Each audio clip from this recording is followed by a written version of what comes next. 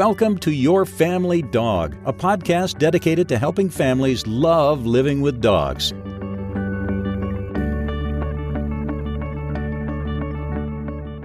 Welcome back to the Your Family Dog podcast. I'm Tina Spring. I'm joined today by my smart and pretty co-host, Julie Fudge Smith.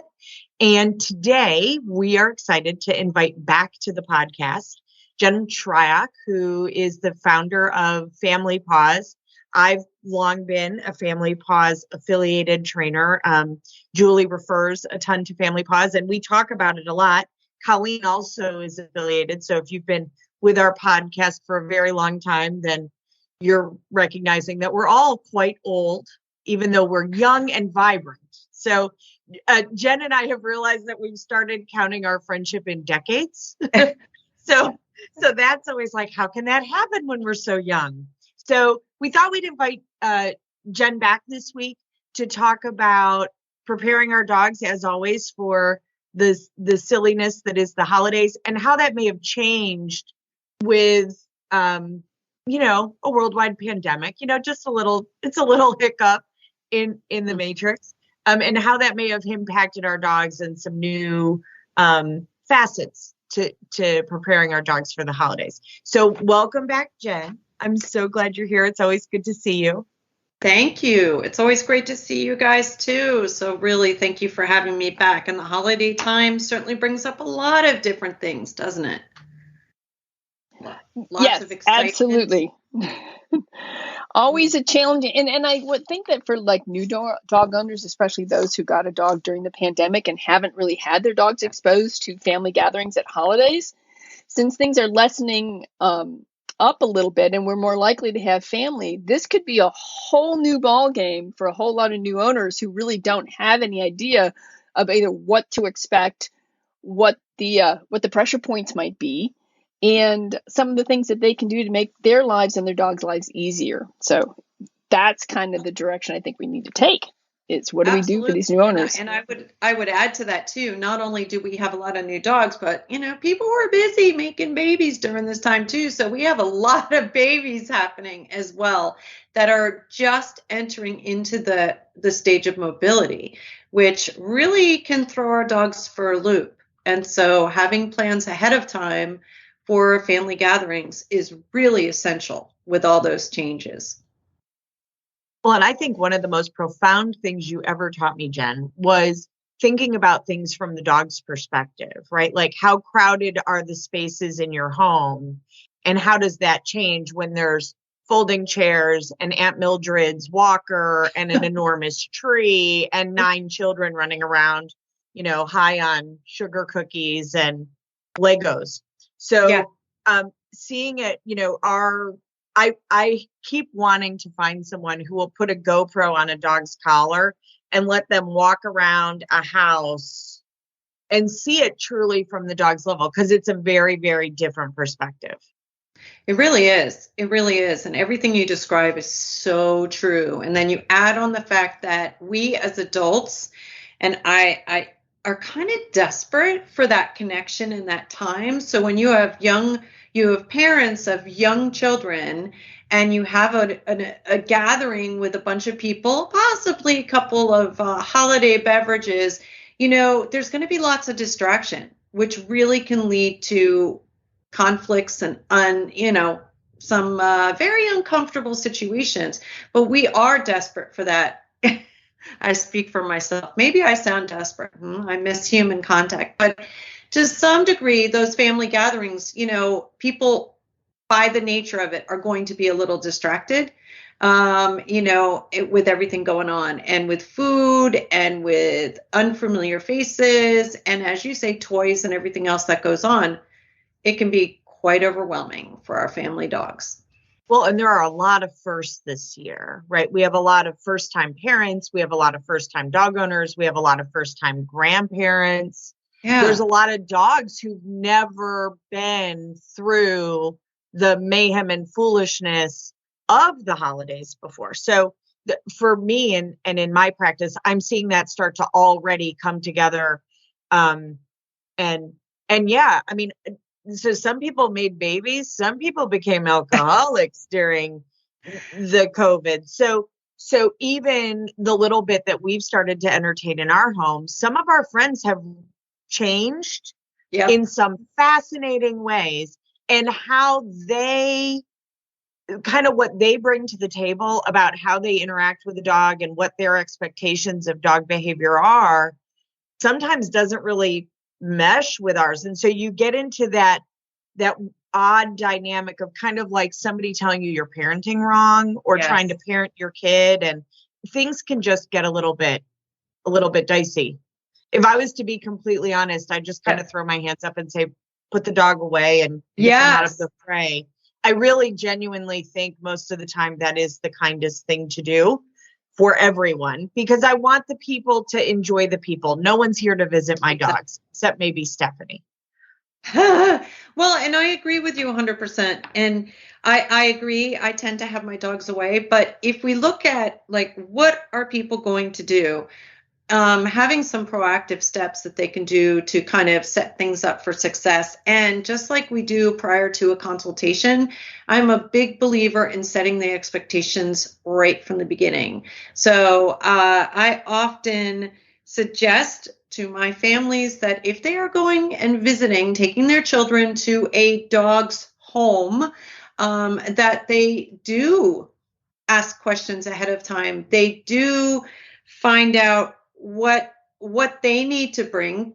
You know, is there going to be gate? What kind of separation and management are people open to? And you know, what is happening? So those questions are important. And you know, if you need to bring along a gate, or you need to, you know, your baby's going to be taking a nap and you need a space that you know the dog does not have access to, that is critical. Super, super important during visits to dogs' homes. And as a parent, I think the more that you can plan that stuff and talk about it ahead of time. Hey, listen, you know, our 9-month-old is a little, you know, explorative. They're going to be, you know, they're into everything. Would it be okay if I bring along a play yard? Would it be okay if I bring along a baby gate? And because not everybody, there's a lot of times people think that their dog, of course, their dog's wonderful and great. And so they don't feel that their dog would need that. And as a parent, it can be really uncomfortable to say, yes, but I would be more comfortable with this. And, you know, the podcast told me I really should do this. Right. Like, blame us. We have broad shoulders. So I tell people all the time, like, go stay at an Airbnb or at a hotel. Like, you're going to want time away. And don't take your poor dog. Like, your dog does not want to be in the middle of the chaos at somebody else's house with their dog. Like, again, what is the holiday about? It amazes me how many calls I get that it's people brought their dog to somebody's house and never even asked permission. They just assumed that was okay. That and there's no management, and having those difficult conversations on the front end, or saying, you know what, we're going to stay at a hotel so that the 9-month-old is limited what they can get into. And if we need to take a nap or we have a rough day, if we're cutting a tooth, it's not a big deal. You know, we'll come over and see you, but we'll leave the baby, you know, we'll manage the baby a little bit different way. Absolutely.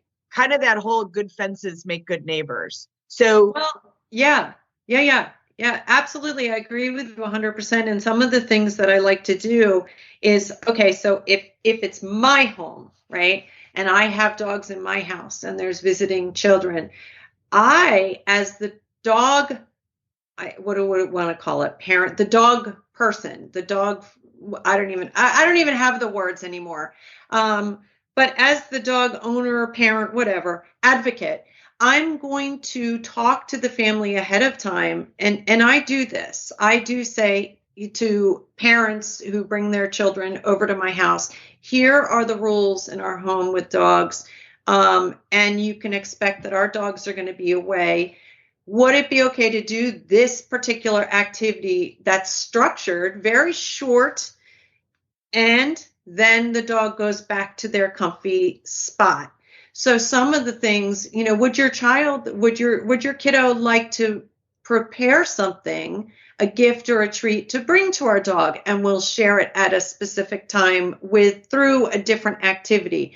That's something it's setting an expectation that our dog isn't going to be there 100% of the time. I don't expect their child to engage and interact with our dog willy-nilly. And hey, look, your kiddo can, if they love dogs, they can actually prepare this kind of cool treat or bring something, or we can do an activity where we make a treat at the beginning of a visit, freeze it, give it to them at the end of the visit. I love those slow feeders. I love giving a child diluted peanut butter cream cheese with a paintbrush and you could even put holiday colors in that. Let them paint those slow feeders, stick some stuff in, freeze it. Later on, we can do a fun game where they put that down, under control. But it's always, in my house, it's always been, and I know people don't believe this, but it is true. I do a lot of management, and my dogs do not come around. When my kids were really small, even with 4 large dogs, there was a lot of separation when we would have kiddos over. But we would always schedule structured activities that were a win-win for the dog and kids. Like we had so many sleepovers. And one of the things we would do is the donut game, where the kids have their hands behind their back and the donuts are on strings. Well, we would set it up to do it with the dogs too, under different conditions, right? Structure. But helping people to know what's expected and what's going to happen just sets everybody up for success, doesn't it? I agree. I agree completely. One of the things that I was thinking as you were talking about this was, the idea of having our dogs sort of in and out of the conversation, so to speak, right? Yeah. That there are times when we're involved with the family and there's times that we're away. One of the things that I have noticed in the past with Thanksgiving when I have it at my house is that there's so much that I'm doing in preparation. And not only, am I cleaning and I'm cooking and I'm serving and I'm taking care of the dogs. But at some point, what I realized was that what I wasn't taking care of was my need for my dogs. And so one of the things that I've learned to build into this is some time where I'm not necessarily bringing the dogs into the family, but I'm going to spend time with my dogs because I need that centering. And so I think that if you are feeling as though you are constantly compromising your dog, that's the one who's always giving in, the one who's always being shuttled off, the one who's always, then take some time for just you and your dog. And I think that you'll find that you feel a lot less like your dog is the one who has to constantly be the responsible adult, so to speak. So designated driver, the designated, outsider. Yeah, no, I totally, Or I don't know. We started a tradition years ago. It'll be fascinating to see if it still exists, that like after dinner, we go for a walk with the dogs. Nice. Right. So it's that like, is a very nice one. I'm going to get out of the house. I maybe can pretend I don't hear Aunt Mildred criticizing my hair color or whatever it is going to be. Right. Like there's a little bit of, we're just going to get out and have a little bit more space and a little bit fresh air and all of that. I think one of the things is the power of a positive no. I think so we just had the situation last weekend where we had house guests who they were making 2 of our dogs profoundly uncomfortable. And I was given a ton of pressure to have the dogs interact with those individuals. And I was just like, no, we're not doing that. I did finally give them kind of the power of a positive no, which was, well, maybe later we'll go for a walk with the dogs. Right. But which we never did because then it was late. But it was, I ended up realizing that the management that I had in place, I needed to push back because the dogs were too close to the action and the people were putting too much pressure on them. Now the pug is like hyper social. So I joke that he's the sacrificial pug. I was like, here, play with the pug. Like you can't love him enough. So, and he's deaf, so he doesn't hear the yelling. So one of the things that I would say is know your dog. Like, Absolutely. my dogs put in the situation that they were being asked to be put in this weekend would have set them back months or years on trusting strangers in our home. I'm not willing to sacrifice that because my friend would like to, cuddle my dog who is a feral dog from another country. So I had to tell them no. And it's uncomfortable, but it's also advocating for the person, right? If I can see that it's going to be bad, like, we're just not doing that. Yeah, no, absolutely. And being aware of comfort levels with your guests as well as comfort levels of dogs. Gosh, it works so many ways. As we talk about the holidays, we're talking about bringing dogs to other people's homes, but also children visiting dog homes. And, if kids are coming into the home, it's in the dog person's best interest to ask, are there fears? Are there things that might make this more uncomfortable? What can they do? Because a fearful child around dogs does not help the situation. And that's really something I think is important to be mindful and very respectful of. One of the things that you were saying too, Tina, about going for that walk, giving the kids some things that they can go hide in the yard to do a sniff trail, like thinking ahead. The more that our families can think ahead, all right, my dog is going to be away for a little bit of time. We're going to schedule a couple of break sessions. And I love your idea too, Julie, of taking a time out with my dog. I would volunteer to go listen to Spotify for a little while I cuddle with my dogs in a nice, quiet place. I found that my sensory overload is maxed out when my kids all come home from, wherever, all the places that they are now. I take breaks a lot more than I used to because the noise, the sound, the activity, and both of my sons have dogs added to the family. So we do have this situation, but we don't have small children. But having activities that you've thought about ahead of time and you include your guests in, if they're small children, gives them something predictable to look forward to as far as engagement with the dogs. And I think is a really good idea. So, whether it's an activity that you guys do together, to make a treat or have a treat, or it's something as simple as, hey kids, here's a bowl full of some goodies. I'd like you to hide it in this corner of the yard or something. And then we'll go and do a sniff walk or something. Yeah. I have a blog that I'll post on here about games for kids and dogs that according to different ages. And so I think that that's one thing that might be able to be incorporated into all this. Like, for example, one of the things that when Zuzu first came home and she was used to living in a house with 9 dogs and 2 adults, and she moved into a house with no other dogs and 9 people, and 4 of whom or 5 of whom were under the age of 9. So it was like, whoa, this is like kind of overwhelming for me. But one of the things that we did was one of my grandsons, who at the time I think was about 4, wanted to play fetch with Zuzu. Now there's no way I want to have a ball in his hand. So what I did was I had Zuzu on a leash and I had her with me. I gave him a ball. He threw it. I sent Zuzu out to get the ball, called her back to me, handed him a second ball, right? When she dropped the first one, I said, okay, you can throw that one, so that he was actually playing with her, but his hands were nowhere near his mouth. And she was responding and coming back to me. So I think there are things that you can do. And Edward was happy to do that for about 10 minutes. And then everybody was happy. So I think that just giving some thought to how can we engage, even for short periods of time, to make it positive for everyone else. The other thing I wanted to mention is something I do a lot with my clients is the whole idea of dogs need to be able to have a say over who they meet and for how long. So one of the things you can also say is somebody says, oh, she's really cute. Can I pet her?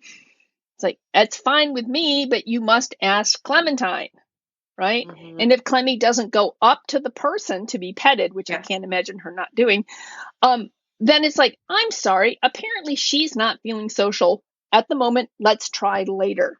So I think it's another way of saying you're giving the dog some options, but it also isn't making the person feel bad that the dog doesn't want. It's like, oh, we're just not feeling social right now. We can try again. So those are two suggestions.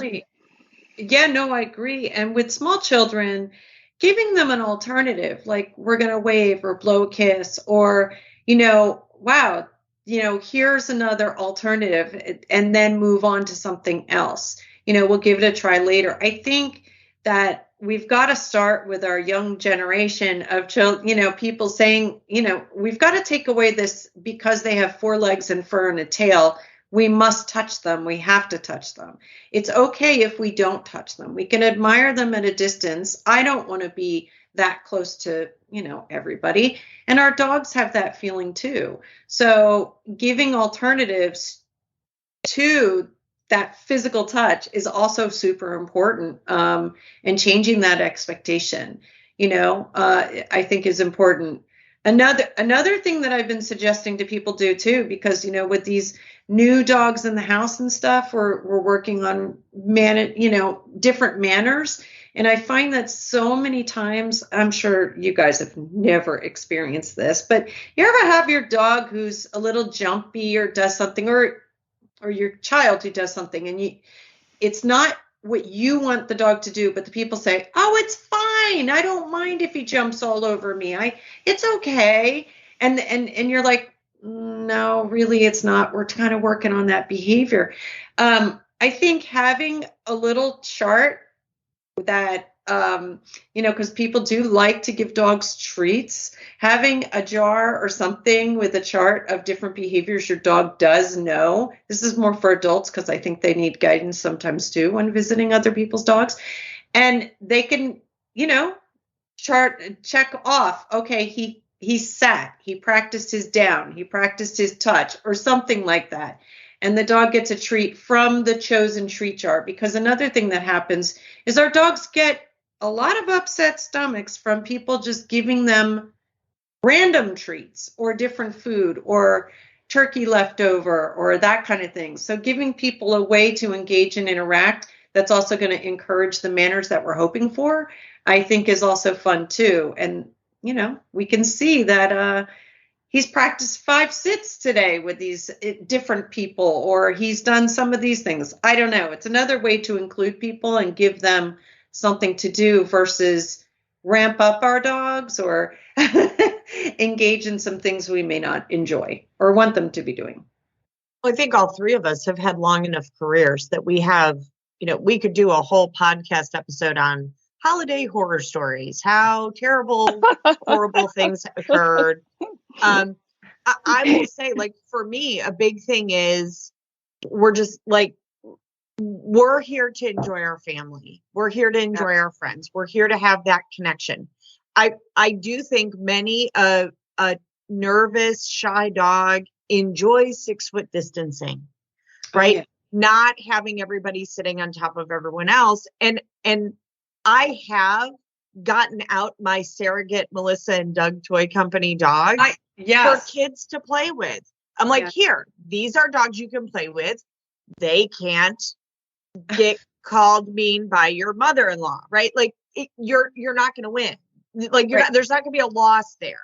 The kids can lay on my enormous stuffed black lab and watch a movie and suck their thumbs, and nobody's going to have a conflict.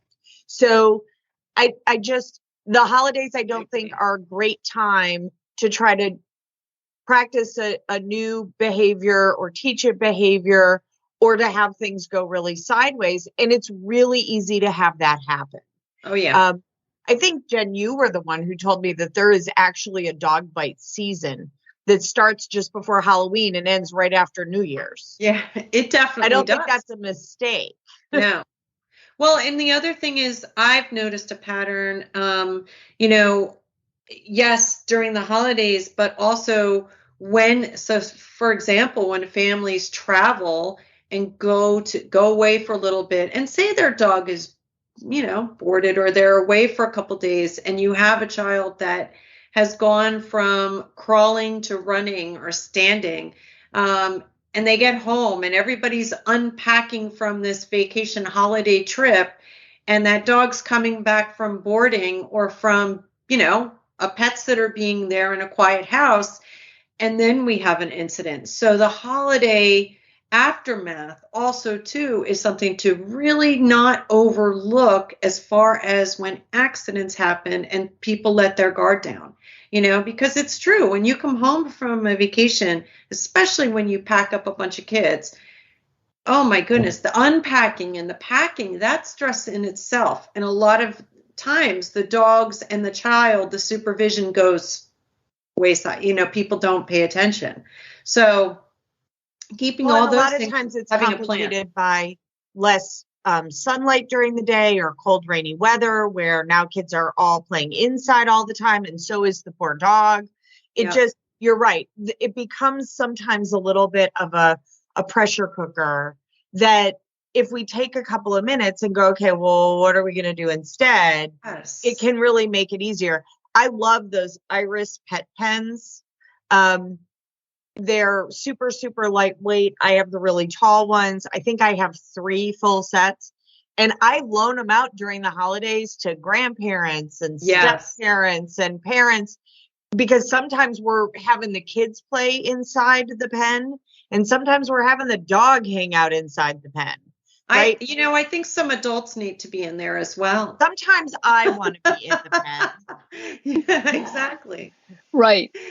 The other thing I think it's important to remember is that when your dog's routine is disrupted, whether he's gone for boarding, no matter how much he might like boarding, or you have a pet sitter come, no matter how much he may love the pet sitter, your dog's behavior may deteriorate some because of the stress of you not being there, the disruption in his routine, and not being reinforced for the desired behaviors you want to have reinforced.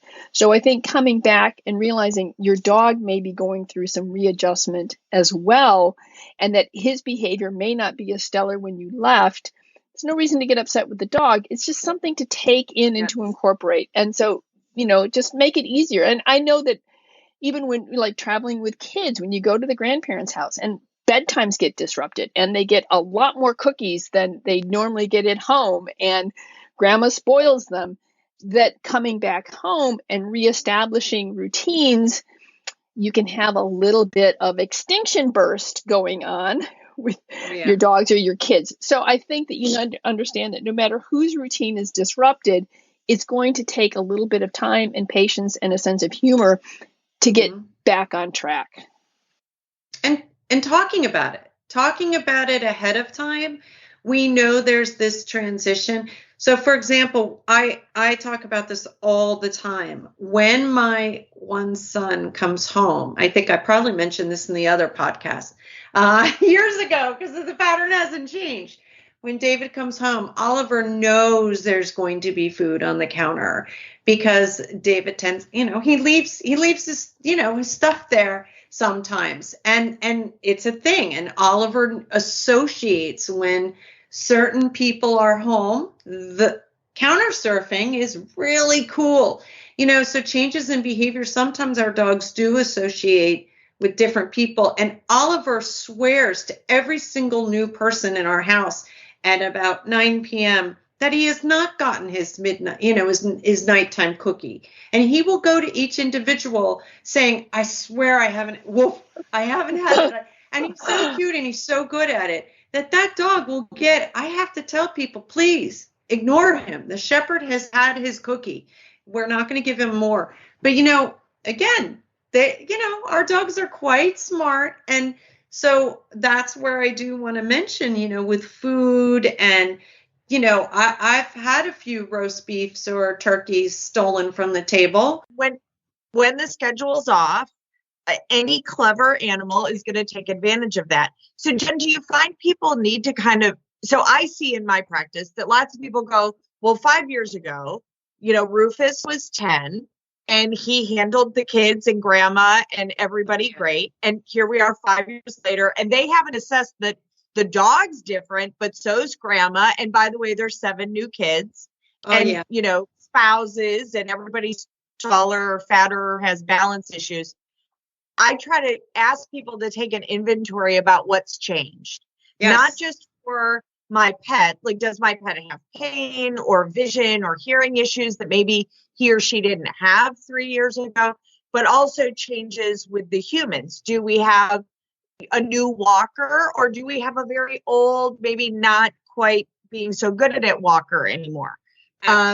What's changed? What sensitivities do we have going on that we might need to manage so it coalesces well? I definitely agree. And that's one of my favorite phrases. I love my rhyming phrases, but they help and they work. But babies grow, dogs age, adjust at every stage.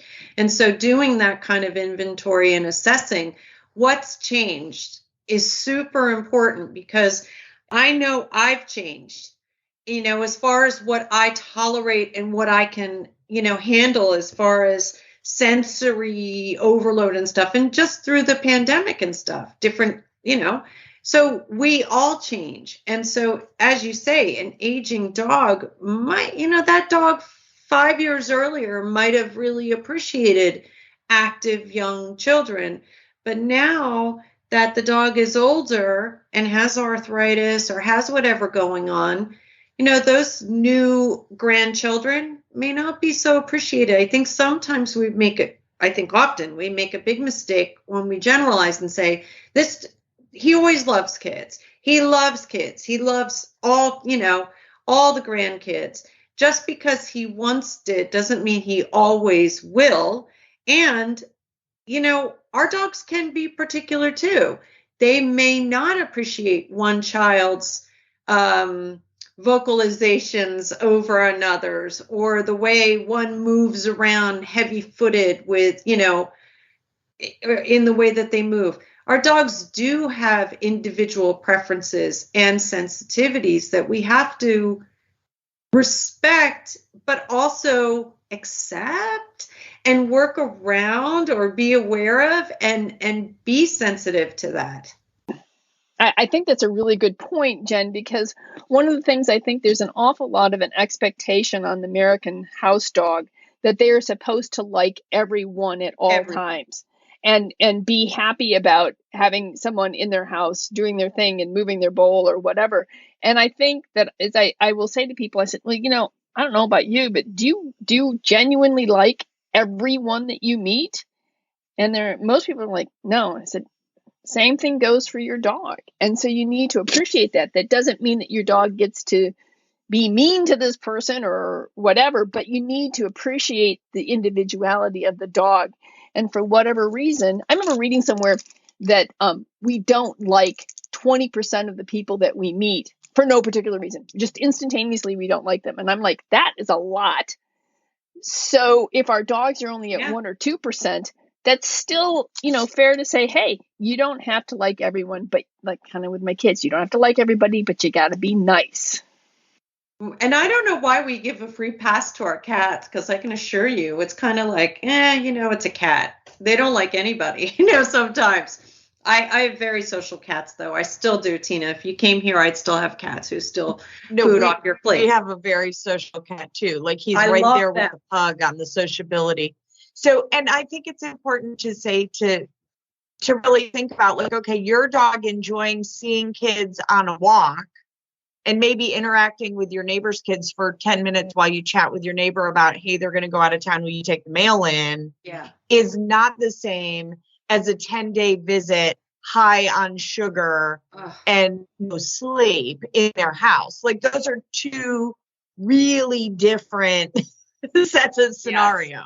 So I think the more that you can advocate for everyone, which is tough because everybody has their own wants and needs and sensitivities, often I think divide and conquer becomes the best way to do that. And honestly, I want to enjoy the holiday too, which might mean my dogs go and hang out in the backyard behind a locked door and a locked gate so that I can just relax and enjoy my cup of coffee. Yeah. And it also may mean I had to make some choices when my kids were young, that there was a family member who I did not feel comfortable with us visiting that household with that particular dog. And we had to make some choices not to go there because certain situations, it was not safe. It was not going to be a safe experience or relaxing experience. So we made alternative arrangements, and that can be really, really hard. But it's the same kind of thing too. We want to advocate. It's not healthy for the dog to be stressed out to the point that they might bite or practice undesirable behaviors. It's not great for our kids. We have to look at the whole situation. And I definitely love to have, a pet sitter or doggy, boarding options in my back pocket so that we can make other choices and alternative choices in those situations, as you're saying, because sometimes they just need not be there for our human shenanigans. I think that's a great way of putting it. And the idea of, allowing our dogs to be in and out and back and forth. The other thing that I have found too is what's important to me is that there sort of be a certain level of homeostasis with everybody. You're right. You have to look at the whole picture. I have to look at my grandkids, what's comfortable for them, and how can I help them to be more comfortable with my dogs. But the other thing I also have to remember is what's the comfort level of my dogs. So, for example, when Peter, my 3-year-old grandson, comes over, the dogs love Peter and they love to run up to him, and his face is right at doggy face and they love to kiss him, and Peter hates that. So when I know that they're coming, they always text me from the exit so that the dogs are outside. So everybody said, Peter can come in. So I think that there's lots of little things that you can do to make things comfortable that don't require a whole lot of changes to anybody's routine. And so think in terms of when you're making a plan, try to keep it as simple as possible, because the simpler the plan is, the more likely it's to be effective and you're more likely to be able to stick with it. So I would suggest that you think of little things that you can do that are that's easy. That's not to say that things can't get complicated at times or that you do have to come up with a more elaborate plan, but the easier or the simpler you make it, the more likely it is that you're going to be able to implement it. I agree. Absolutely. And the more willing people often are. If you keep it simple, they're like, oh, okay, that's easy. That's easy to remember. Yeah. No, absolutely. So Jen, if there was one thing that we could get families to take away from today, what do you think the most important thing would be? Considering everybody's individual comfort level and preference to set them for success, and honoring their individuality, what's comfortable. It's so important. And to me, truly, that's what it comes down to, is really respecting and honoring the individuals in front of you that are going to be participating in this fun time. Let's make it fun for everybody with those things in mind. Well, and for example, like I have 2 really spectacularly sensitive dogs. They're never going to be okay with a big crowd. So I'm going to honor them by maybe creating them in my bedroom behind a locked door where they're prepared for that. They've practiced that drill before. They're comfortable with it, and they can just be out of sight and out of mind. I think sometimes that level of advocacy is important. When I had elderly dogs, they did not want to be in the middle of everything. They just didn't. And so having them out of it was a kinder choice and didn't create conflict with the people. So it just was safer for everyone. Exactly. I love that, Tina. The other thing is what you said is they practiced it. So if you have a plan, and what part of your plan is our dogs are going to be behind a gate in an office or in a crate, make sure you practice that. And that's not the thing you want to start implementing the day of the event. Oh, for sure. So thank you, Tina, for mentioning the fact that your dogs had practiced that, because I think that's a really key component. You can't rely on this working if you haven't actually tested it. No. So great Great reminder. So, Jen, I think this has I'm been so glad you could. Yeah, sorry. Tina and I do this to each other all the time.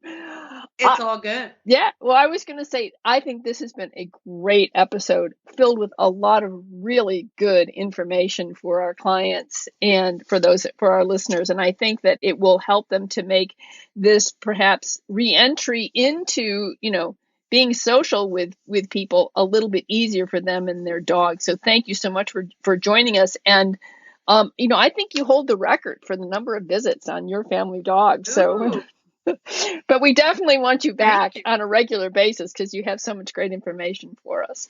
Tina, you got anything else you want to add? And I always love that you have because you're the center for Family Paws, right?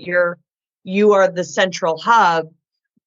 I think that you see trends nationally and internationally more quickly than any individual dog trainer is. So I know I've absolutely seen things change in my practice and then contacted you and said, hey, are you getting feedback that this is happening other places too? And then you're like, yes, we do. We have, and then we realize like, okay, we need a different plan.